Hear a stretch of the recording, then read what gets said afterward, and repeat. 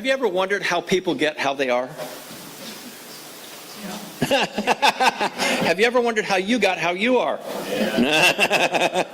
I don't know which one of those you think about more, but typically, I think more about how people got the way they are. I'm victim of circumstance, right?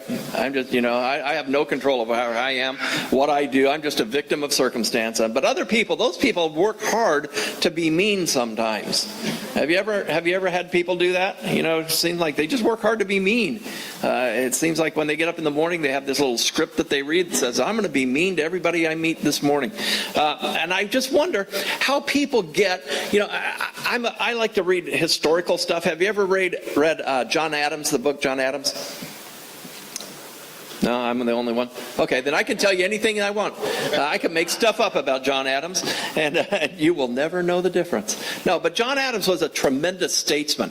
He was in a time in history in which our politicians were regarded statesmen rather than politicians.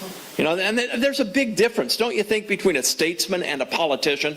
A politician is kind of a career guy that does politics for a living and gets his money out of that. But back in the early days of our country, the politicians were really statesmen. They had businesses, they had farms, they did everything that they had to do. Plus, they volunteered time so that they could come and serve the country of the United States of America. That's a statesman.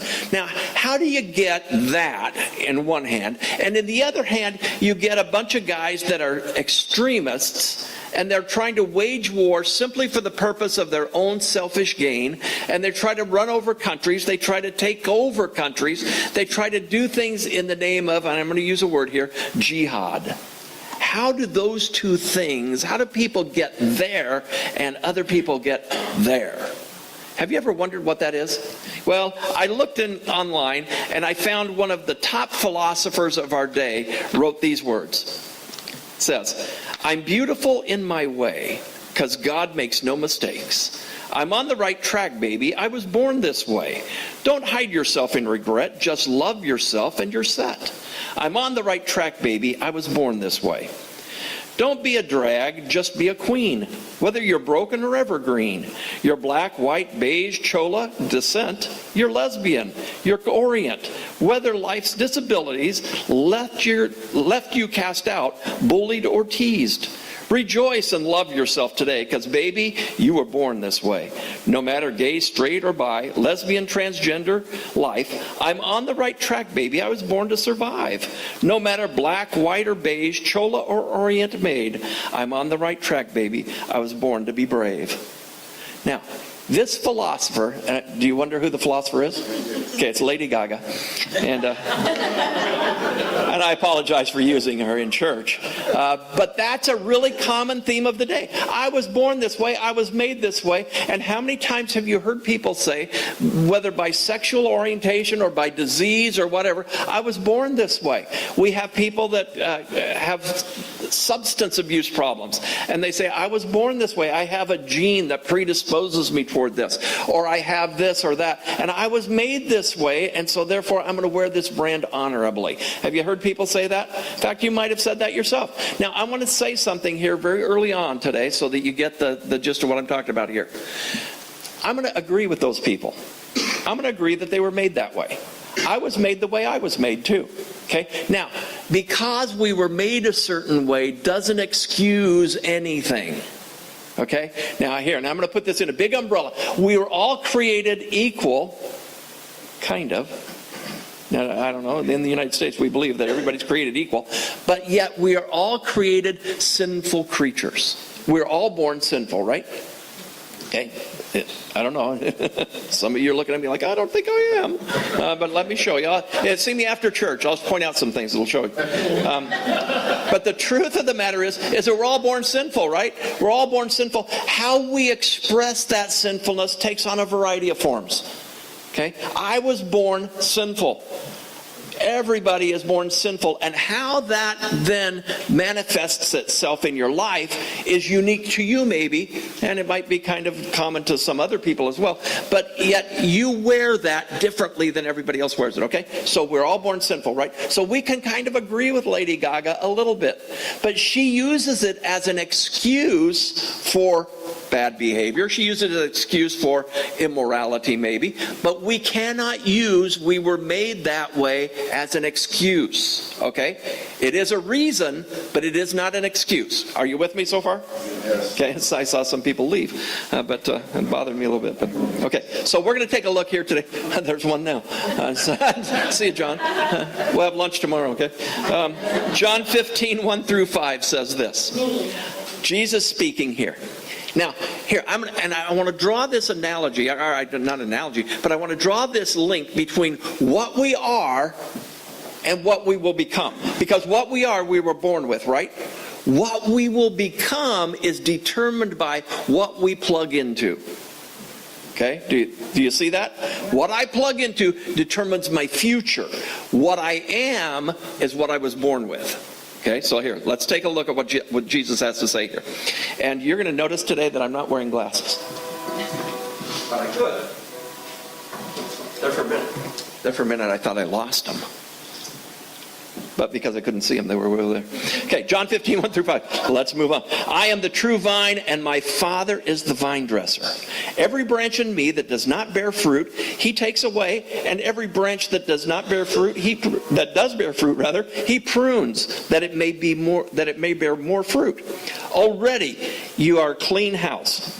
Man, I'm going to have to, these glasses are new, and they don't focus at the right place. Verse number 3. Already you are clean because of the word that I have spoken to you. Abide in me, and I in you. As the branch cannot bear fruit by itself unless it abides in the vine, neither can you unless you abide in me. I am the vine, you are the branches. Whoever abides in me, and I in him, he it is that bears much fruit. For apart from me, you can do nothing. Nothing. And now, can we really, apart from Jesus, do something? Yeah, we can sin, can't we?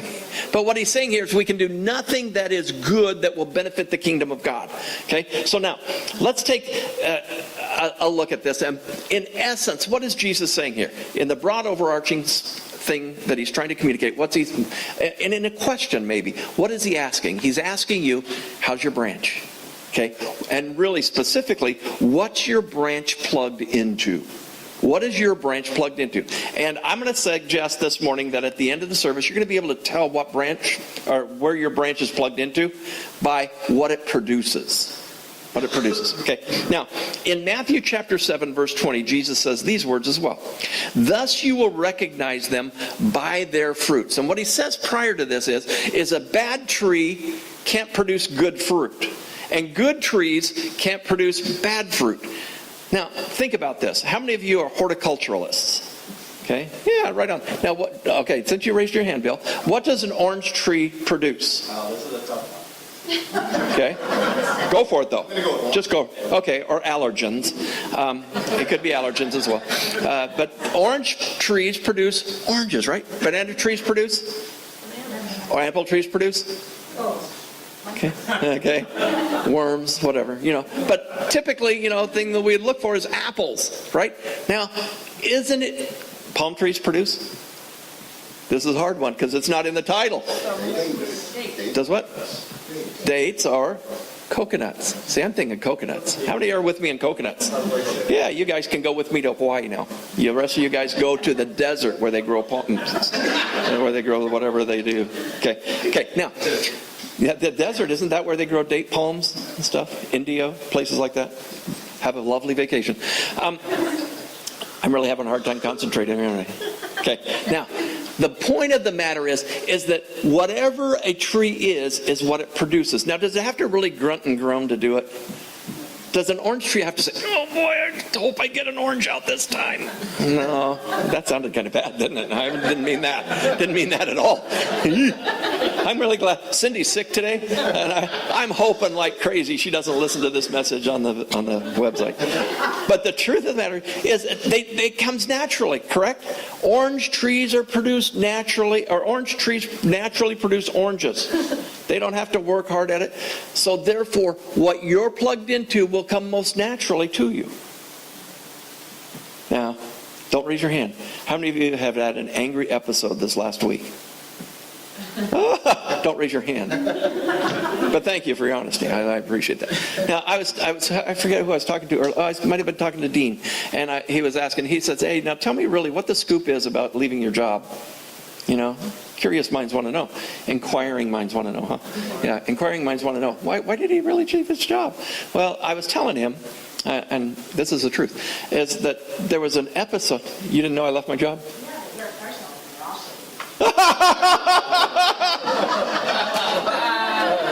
There it is.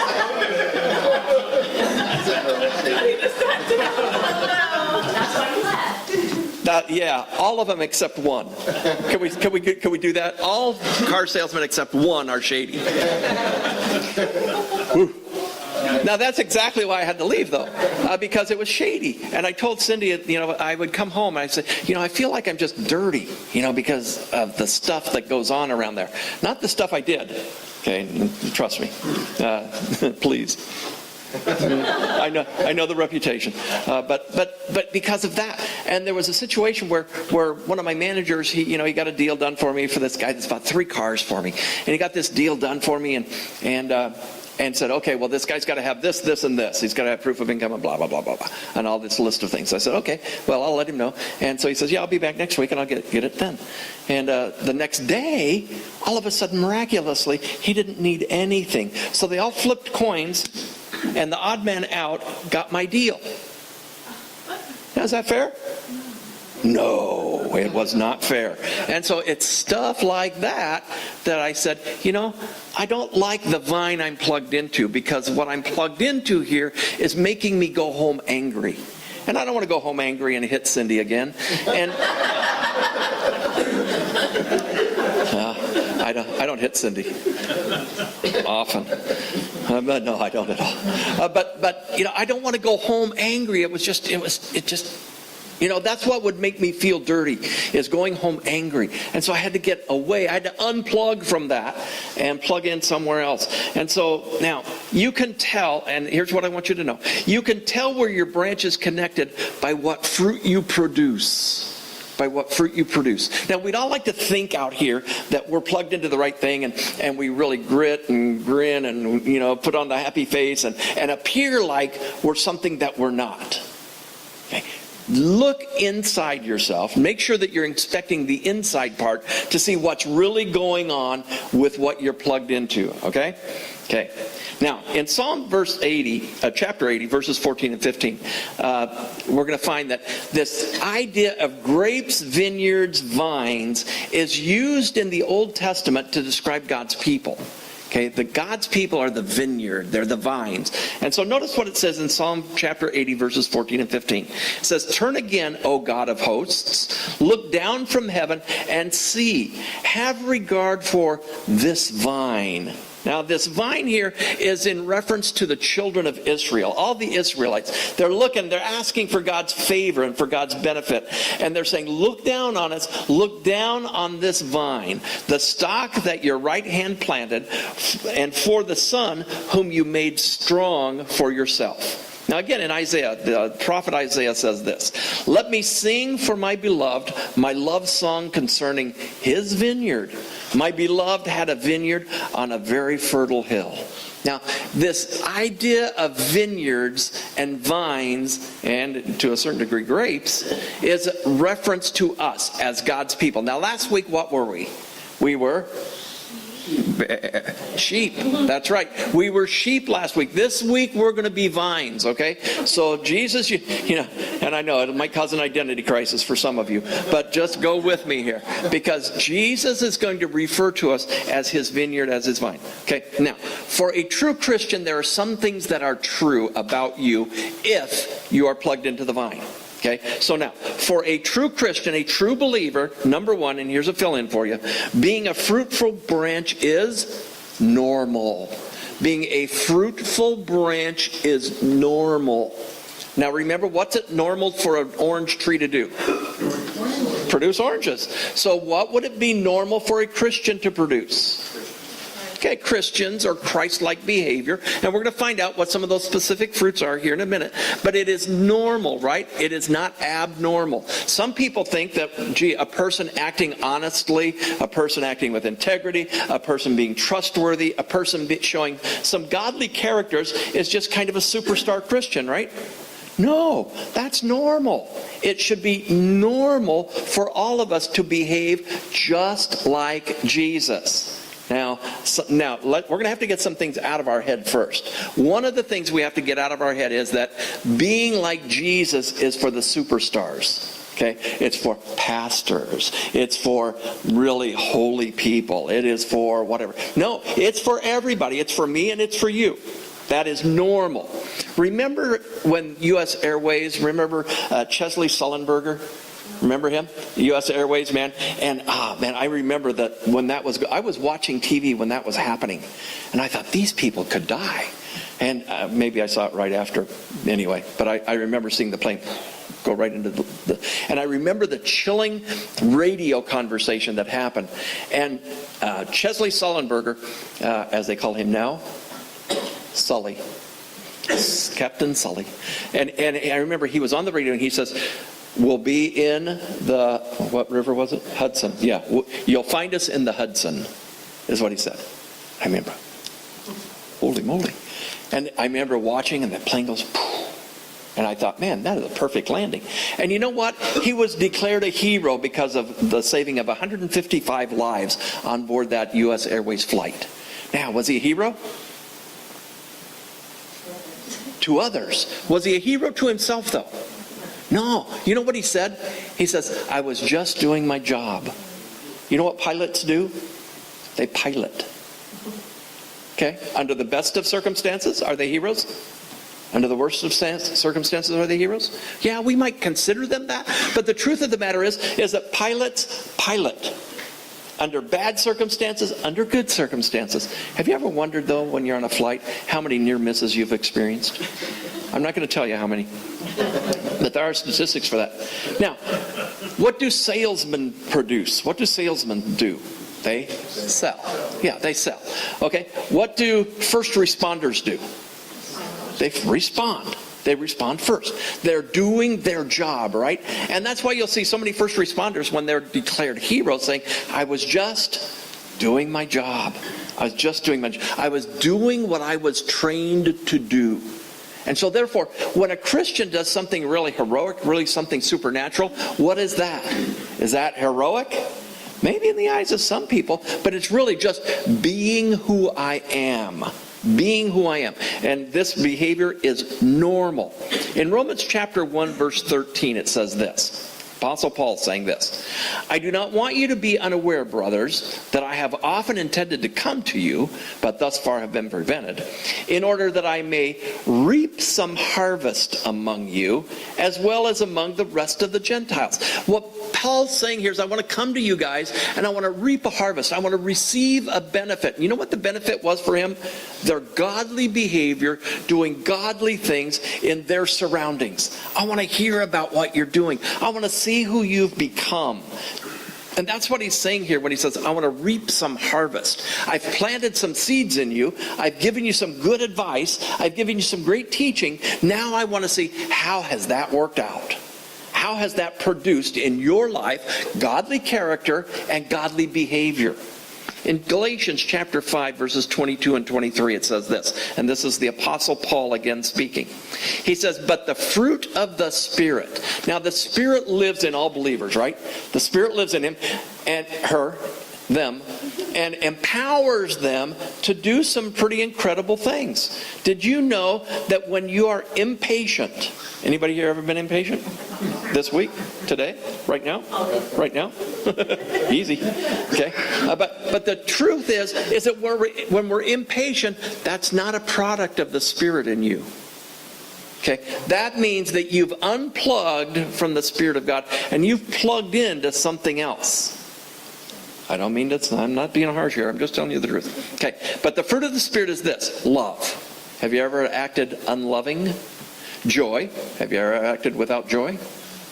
Peace, patience, Let's move on. Kindness, goodness, faithfulness, gentleness, self-control. Against such things there is no law. Now what Paul's saying here is this fruit of the Spirit, the first thing that it does in you, and please let this be the first thing that it does in you, is that it changes your character.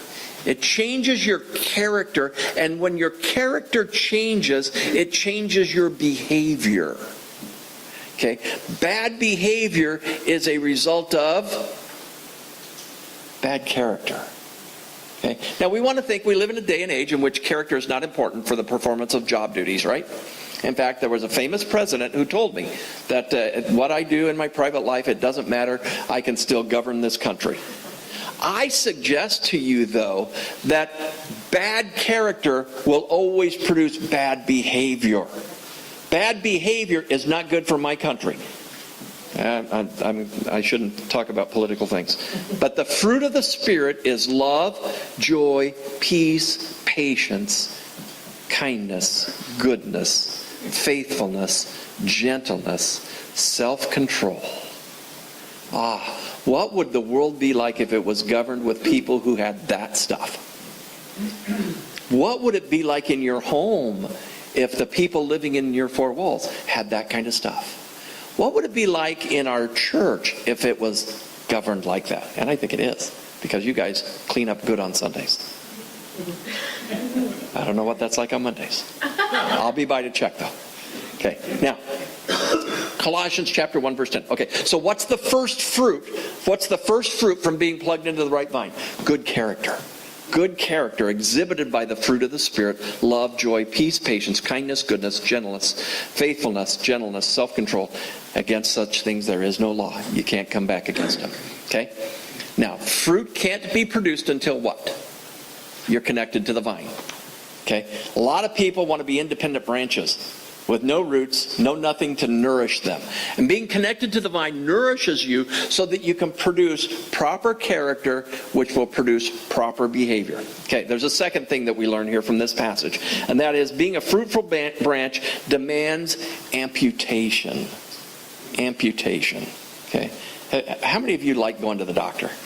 You know, I do not like going to the doctor. Every once in a while I have to go to have a blood test. And for a variety of reasons, I had cancer and they checked my blood. And my diabetes, they checked my blood. And so I have to go get it checked, you know. And the lady that works in there, in fact, all of the ladies that work in there, they came from World War II, in which they were field nurses.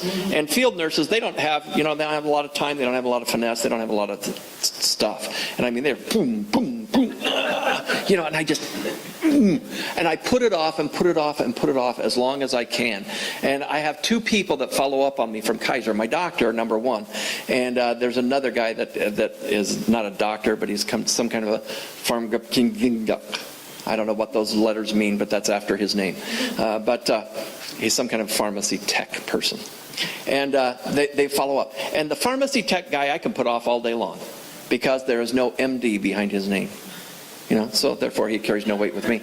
But when my doctor calls, you know, my doctor is a great guy. And he'll call me and he'll say, "Hey, I need you to come and see me." And, you know, boy, you know, doesn't that make you feel good when your doctor wants you to come and see him? Because, you know, I'm thinking he needs some spiritual solace. You know, he needs me to speak some comforting words to him. And, oh, sure, I'll be there.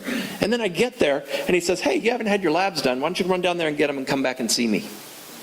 Oh, that's what this is about, you know. And he's done that to me before, and he does that every now and then. And I remember when Jenny was living at home, my daughter, I made her go with me when I would go see him, because I would think, you know, my daughter's with me, he'll have some kind of sympathy. No, I have to go get a blood test. I have to go get a blood test, and it hurts. Some of you are saying, "What a big wimp," you know. But I am not crazy about needles, and I'm going to be upfront about that. I do not like needles, and they hurt. They always. Anyway, that says more about me than you want to know. But the thing is that we avoid pain, don't we? We avoid pain at all costs, even sometimes to our own detriment. And I do that to my own detriment. I don't go get my blood test because I don't want to do that. I don't want to go around with that thing on your arm and that stuff. And people go, "Oh, what happened to you?" "Oh, yeah, I got shot on the way to work today." And you know, but you just don't want to do that because it hurts. Now, avoidance is not the solution. Now, amputation is important. Have you ever noticed that grapevines, have you seen them during the peak of the season? I mean, they look beautiful. If you go through like out Highway 12, going to like Santa Rosa, you go out there through the valley and it's just beautiful out there. But have you seen them when there's no leaves and after they've been pruned? Man, they look like sticks. Looks like it's a fire hazard, actually. And it's just sticks out there. And they could go up in smoke any time. But there's a pruning process. And there's really a fourfold pruning process that happens with grapes. The first thing is that you pinch to remove the growing tips so that it won't grow too rapidly. Okay, if it gets too much growth and it produces too many grapes, what it does is produce real small grapes that are not very tasty. And so what they do is they spend a lot of time pruning. And there's 4 steps that they go through. They thin them out. They do all kinds of things. And they get rid of the suckers that come off and just do nothing but take the nutrients and send them nowhere. And so they do this 4-step pruning process in order for those grapes to produce the absolute best amount of fruit. Okay, the people that Jesus was speaking to when he says this, I am the vine, my Father's the vine dresser, those people knew this. Because they were vineyard owners. They were vineyard workers. They knew the stuff about grapes. And so when he says this, they understand the pruning process. We don't like the pruning process because there's some stuff in our life that needs to be cut out, right? Some behaviors that need to be modified. Some places where we're plugged into the wrong thing, feeding us the wrong stuff, that need to be unplugged and permanently done away with. So this pruning process is a little bit tough because pruning hurts. Now notice in Psalm 119, 67 and 71, the psalmist is writing about his waywardness in life. He had wandered around and he had done some things and experienced some consequences. And this is what he says, before I was afflicted, I went astray. But now I keep your word.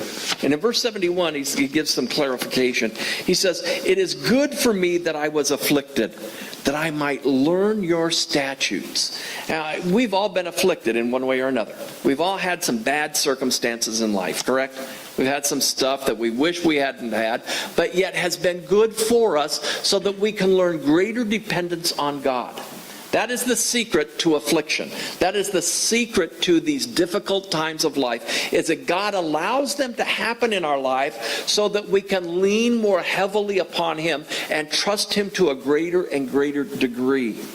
In James chapter 1, verses 2 through 4, and this is the brother of Jesus writing this, he says this, count it all joy, my brothers and sisters, I'll insert that for you, when you meet trials of various kinds. Now, how many of you, your first response to a trial, a difficulty in life, is, oh boy? Probably not, huh? Oh boy, I get a chance to... What? It's just that we don't have a perspective from things. But James here tells us to count it all joy, my brothers and sisters, when you meet trials of various kinds. Now here's why. For you know that the testing of your faith produces steadfastness. Now, steadfastness is a word in the New Testament that is macrothumia. That's the Greek word. It's macrothumia. And what it means is the ability to bear up under. Have you ever felt the weight of afflictions coming down on you? And this word steadfastness is the ability to bear up under that pressure.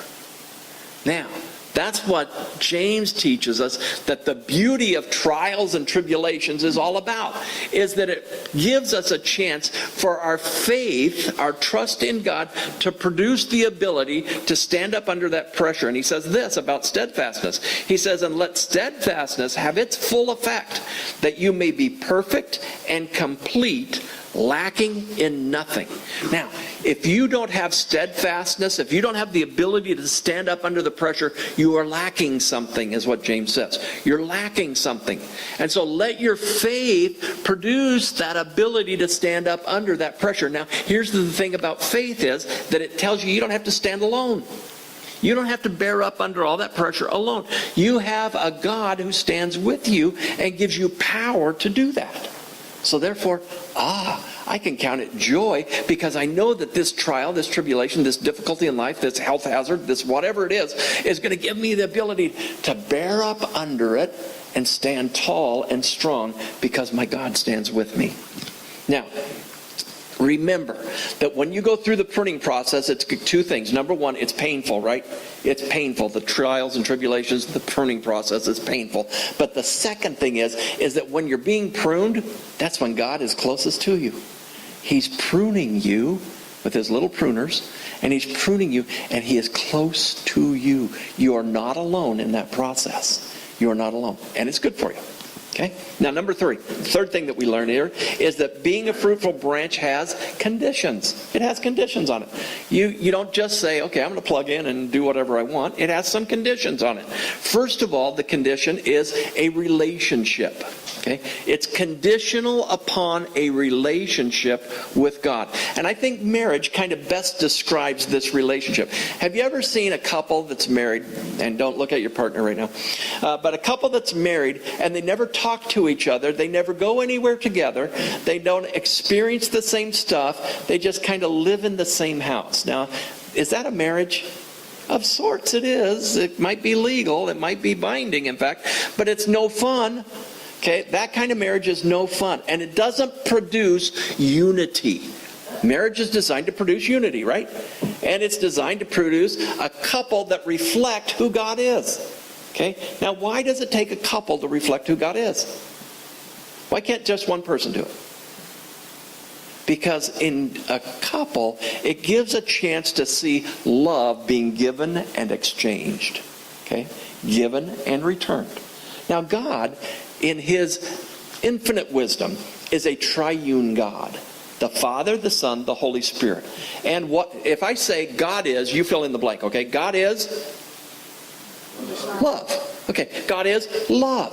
And so when there's three of them, there is a unity of love. They share love. Okay? That's what makes them, that's what gives meaning to God is love. They share love. In a marriage relationship, a husband and a wife share that love, and we get to see it as a reflection of who God is. So that's the purpose of marriage, is to reflect the love of God so that people can see who God is. Now, examine your marriages, those of you who are married, okay? Because people are looking to see, does that reflect God? Does that marriage reflect God? And that's why marriage is such a good illustration of this relationship between God and us. When we're with God, is it a cool thing never to talk to him? Never to listen to him? Never to do anything with him? No. That wouldn't be much of a relationship, would it? That's why the relationship of marriage gives us a good example, a good picture. And I'm not telling everybody to get married, okay? Today. But you know, I'm not saying that. But what I'm saying is that marriage is one of those things that shows us how relationship works and how love is exchanged. Now, I'm going to give you a little something to do this week. I want you to track how many times a day you experience God's presence. Okay? Write that down on your outline, because I'm going to quiz you. How many times a day do you experience God's presence? Now, what I want you to do is up that number. Okay? And what I want you to realize is that God is always present. Now, if God is always present, how often do you interact with him during the day? And I want you to up that number. Okay, I want you to recognize that no matter where you are, whether you're in your workplace, whether you're in your home, whether you're at the post office, or even at the DMV, God is there. God is there. And you can interact with him whenever you want. Recognize his presence. Ask him, what should I do now? When the clerk at the DMV is rude to you, what should you do? How's your day going? It's good to see you. I'm glad that you're helping me today. Thank you for your help. Wow. You know, have an interaction that would be a godly interaction instead of saying, boy, you should get a new job. You obviously don't like yours. Yeah, you know, and I'll be honest, those things have come into my mind. So that's why I can say that. It shouldn't, because I'm plugged into the wrong thing.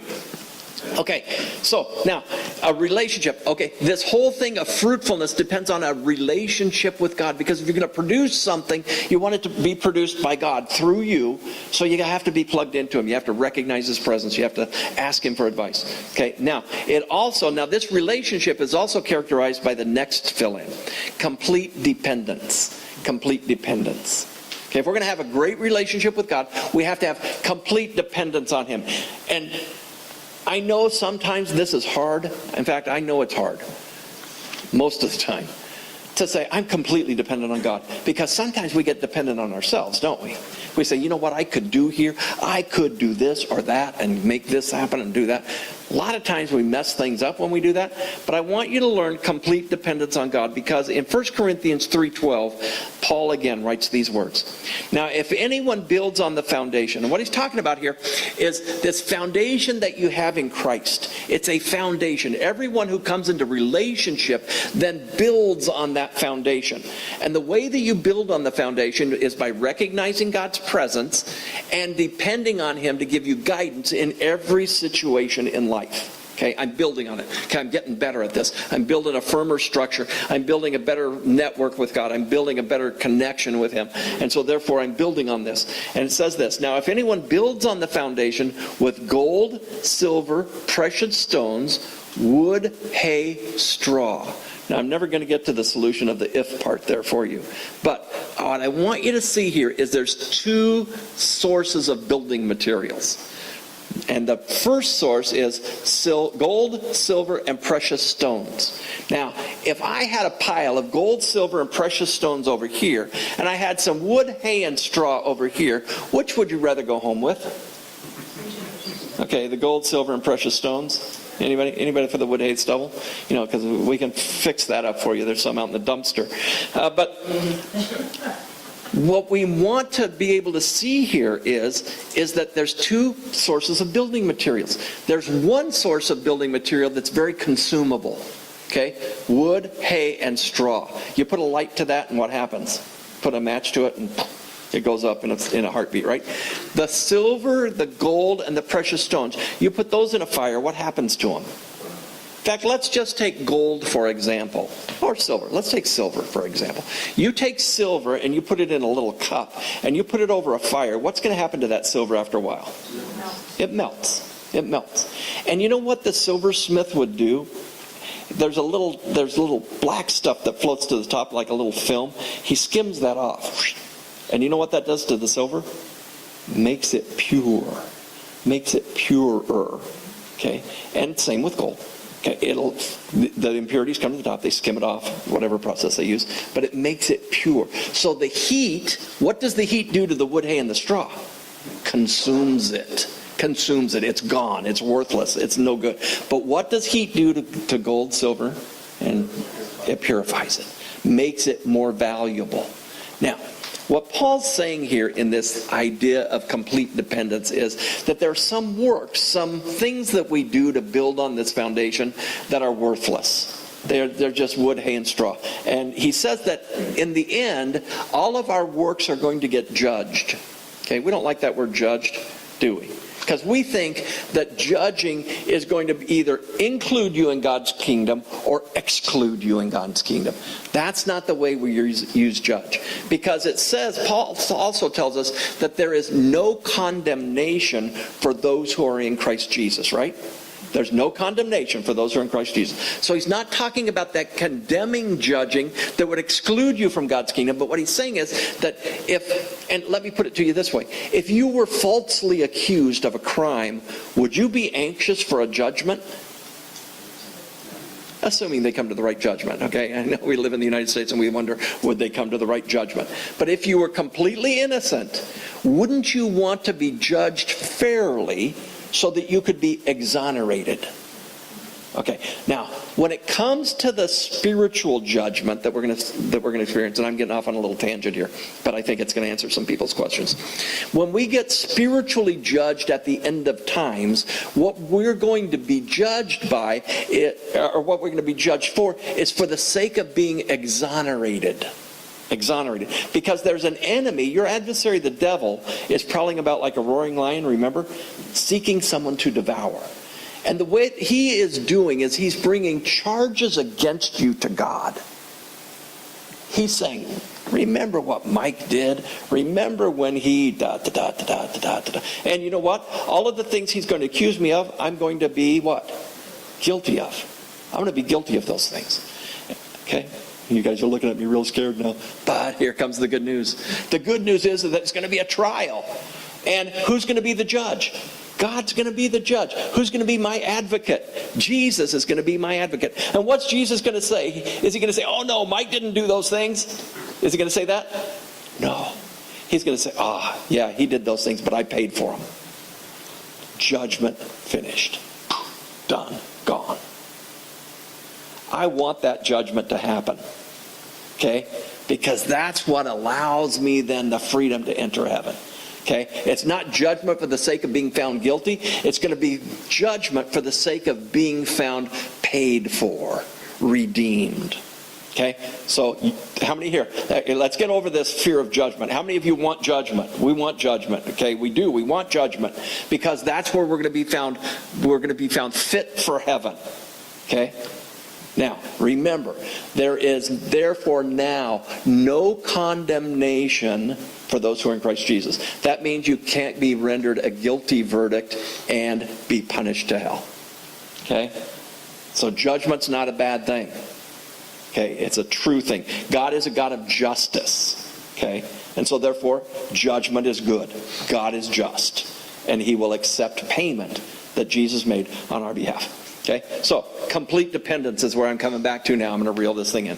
Okay, complete dependence because your future is completely dependent on God. Okay, if you want to get to heaven, you are completely dependent on God to get there. You cannot do it on your own. Now, I'm going to tell you though, and just to confuse you a little bit, there are two ways to heaven. Okay, one is through the shed blood of Jesus that gives us forgiveness of sin. The other is living a sinlessly perfect life. Okay? Now, I don't know if you qualify for that one. No, I do know. I do know. I'm just messing with you there. But I do know. You don't qualify, so don't think that's an option.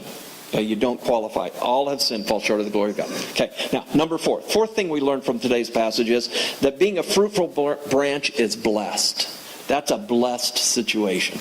And I didn't include this passage here in your outline, but in John 15, the same chapter we're looking at, down in verse 11, it says this. These things I've spoken to you, about the vine and the branches and all that stuff. These things I've spoken to you, that my joy may be in you, and that your joy may be what? Full. Have you ever been full of joy? I mean, just full of joy. I remember when Jenny was born, I was just full of joy. I couldn't have been a happier person in the world. When Jared was born, I was equally happy, but much more stressed. You know, 2 children. What are we going to do? How are we going to pay for that? I don't know what we're going to do. But oh man, I love this son of mine. But full of joy. If you've ever experienced that, that's what we're talking about here. That's what Jesus is talking about when he says, "These things I've spoken to you." I want you to know about this relationship. I want you to know about the connection. I want you to know about being plugged into the vine because my joy is in you. That's where Jesus finds his joy is in you. When you are fully joyed, okay? When you're full of joy. And you're full of joy when? When you're plugged into the vine.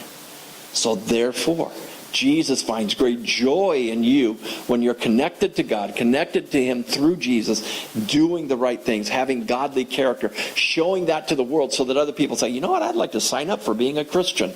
I'd like to be one of those. Man, they look like they're full of joy. And I don't know how you, I am going to say this. I think that you guys need a little facial adjustment, okay, when it comes to joy. Okay? Right now, I'm not seeing joy on most of you.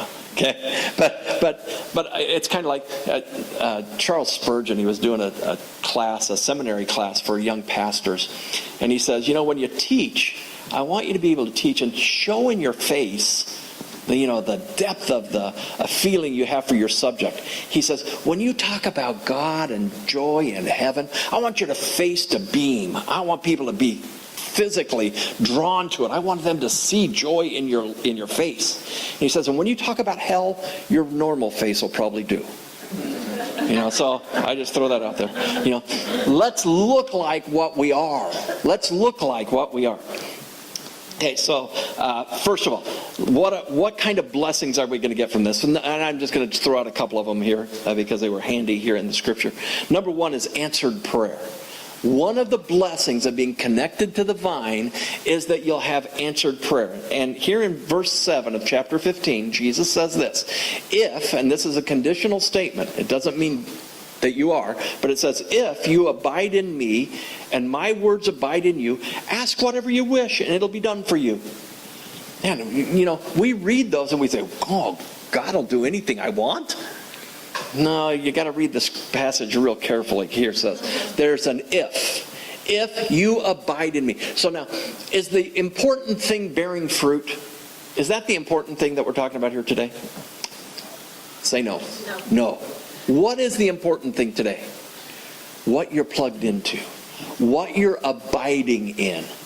Because Jesus says here, if you abide in me and my words abide in you. Okay. Now, if I know the Word of God, if I know God's words, and I pray in harmony with those things, because I'm abiding in God, okay, and His words are abiding in me. So now I know how to pray.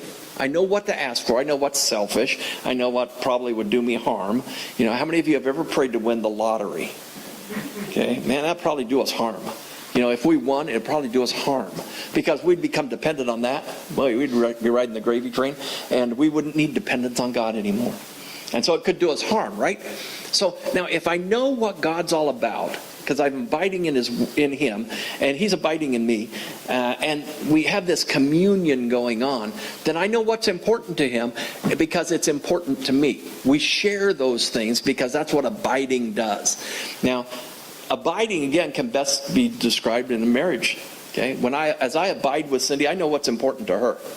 You know what's important to her? Taking out the trash. And no, she's much more important. She's worried about much more important things than that. But I know what's important to her.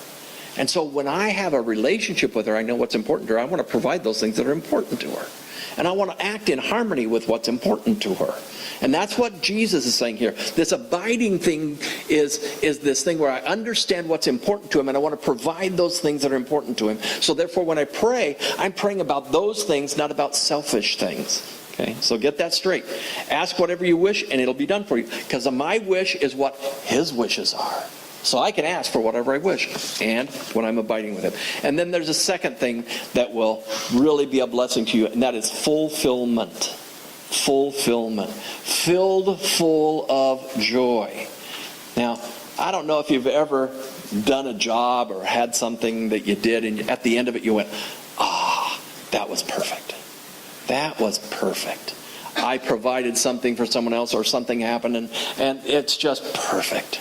That's fulfillment. Going, this is what I was created to be. This is what I was created to do. This is my fulfillment in life. If I could do this every day, I would do it. That is fulfillment.